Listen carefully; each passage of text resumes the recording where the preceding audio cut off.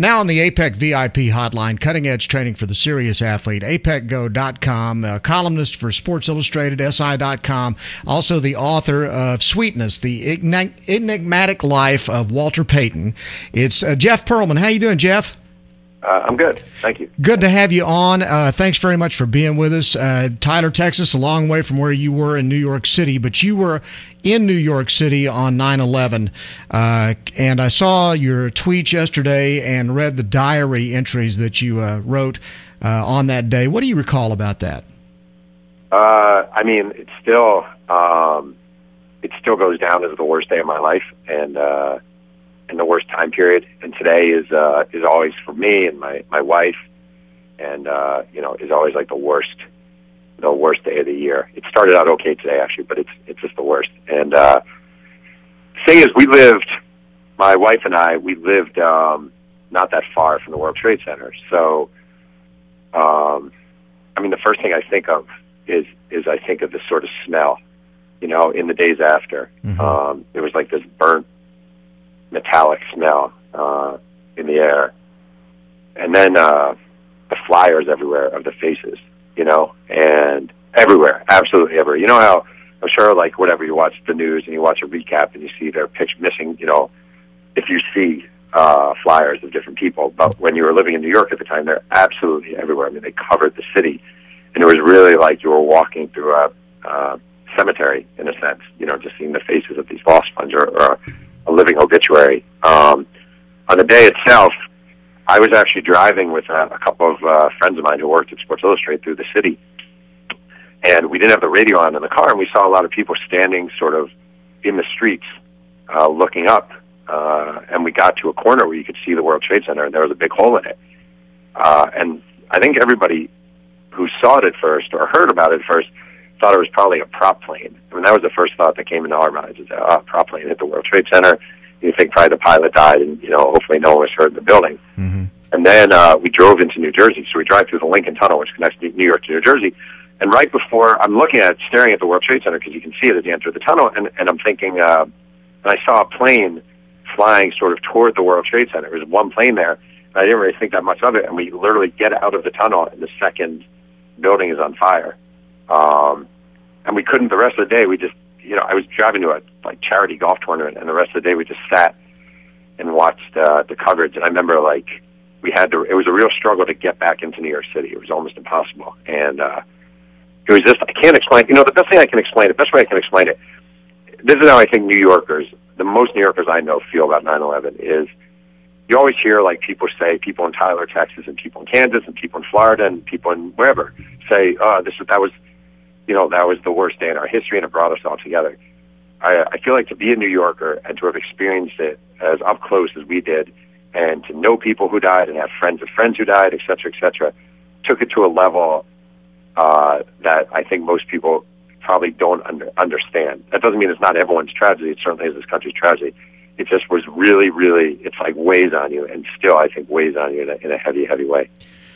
It's funny because I know we see movies, and you see those scenes. It's like post-apocalypse, where people are kind of wandering around in the midst of all this destruction, and they have these bewildered looks on their faces. And I can only imagine what it must have been like for you being in the middle of that, and me being on the other end of the country when all this went down and just watching it on television. But it had to be just a surreal experience. I mean, how long did it take for you to grasp that this was really actually happening, that this wasn't just some kind of crazy nightmare? What's the thing? I'll tell you the thing that still gets me sometimes is it's like you were so used. The World Trade Center was, it was just there. And when you thought of New York City, you thought of the Empire State Building and the World Trade Center. And I just went through this whole phase for weeks and weeks where I still get it sometimes. I really do. I'm like, how can the World Trade Center isn't there? How is that even possible? It's not there. And one of the things that I remember vividly in the days and sort of weeks after is it's like everyone wanted to do something to help. And yet, in a way that there wasn't that much to do, mm-hmm. because for example, my wife is a social worker, and they have sort of in Midtown Manhattan, they have an armory, and they set up this whole thing to help people who, survivors and people who found their loved ones. Well, that didn't really happen.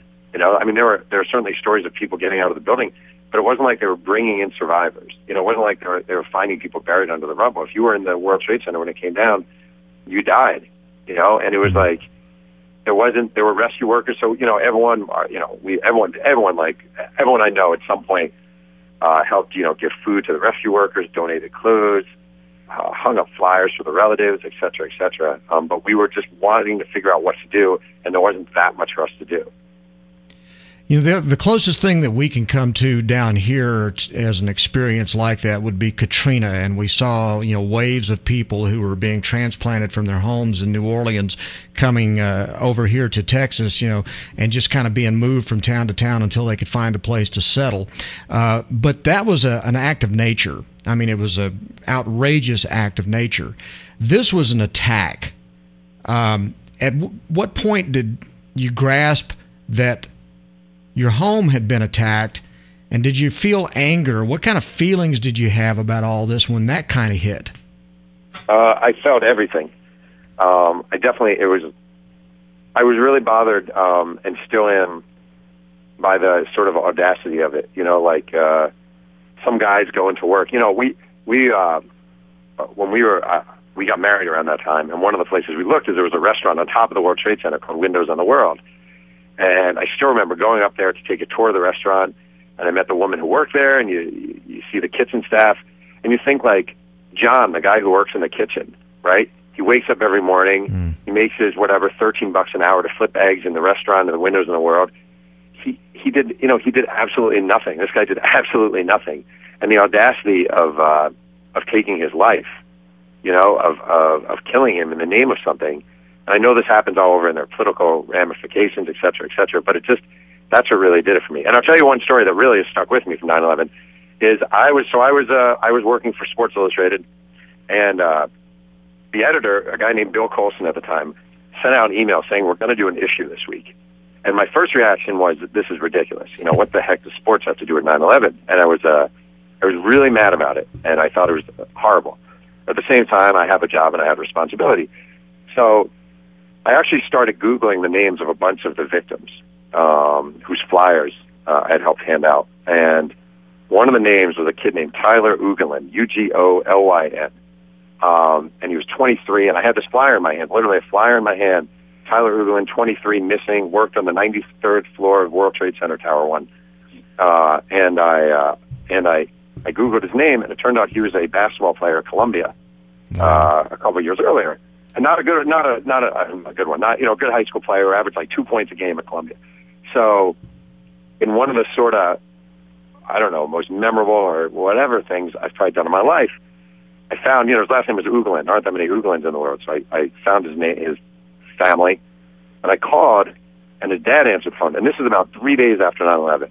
And I called and I said, my name is Jeff Pearlman. I write for Sports Illustrated, and we're doing sort of an issue about 9/11. I know your son played at Columbia. And he said, you know what, it's just too soon for me. I don't think I can do this. And I said, I totally understand. So I'm at home, and my phone rang. He *6 my number. And he goes, hey, this is Victor, Tyler's dad. What if we just talk? What if I just tell you about my son, and maybe you're right, or maybe you don't? And we probably spent, an hour and a half on the phone, and I ended up writing a profile on him, and I've stayed friends with his dad and his family for years. I was just with his dad last week. And I was saying to my wife, I always feel sort of weird about that friendship, because on the one hand, he's a great guy, and I really value it, and on the other hand, he wouldn't even know me if this never happened. Wow. Have we learned what we should have learned from that situation? Man, it takes a bigger brain than mine, Ted. Well, the reason I ask that is because, we have a huge population of people down here who are, very much, we're a retirement community, and so there are, fewer and fewer of them, World War II vets, and we talk about what happened with Pearl Harbor and how it united the country. Did this unite the country, or are we just as divided as ever? No, I think we're just as divided as ever. And, I actually think it's interesting. I have this theory about what the lesson of 9/11 should be, and, nobody cares what a sports writer thinks. But I heard the president today and Leon Panetta, the Secretary of Defense, talking, and they were giving a speech in Pennsylvania where the fourth plane crashed, and they were talking about, you know, Al Qaeda and Osama bin Laden, and I'm not saying they were wrong to talk about it, but to me, what I really think about, and what I thought about at the time a lot, is like, it's like probably sixth grade psychology here, but like life is really fleeting, and you never know. I mean, these guys just got up and went to work. That was all they did. They got up to get to work, or they got on a plane, and you just never know. And to me, the lesson isn't about Al Qaeda. It's not about Osama bin Laden. It's about waking up every morning and thinking. And I really try to do this. I really, really do, especially since then. It's waking up every morning and thinking, this might be my last day, and who knows? And time is really fleeting. And do I want to sit in front? I'm a sports writer, but do I want to sit in front of TV and watch a game? Do I want to go play with my kids, you know, or take them for ice cream or go to the park? And to me, I even get emotional thinking. I mean, that to me is like the sort of lesson I hope, is that these people, their lives are shortened completely unfairly and tragically. And how am I going to live my life in a way that sort of almost gives some meaning to what they're missing? I don't know that I could say anything any better than that. That's a perfect lesson to learn from all of this. Jeff, we really do appreciate you coming on with us. Thanks for sharing that with us. And again, a lot to think about there, and a great lesson at the end. We really appreciate it. Thank you so much.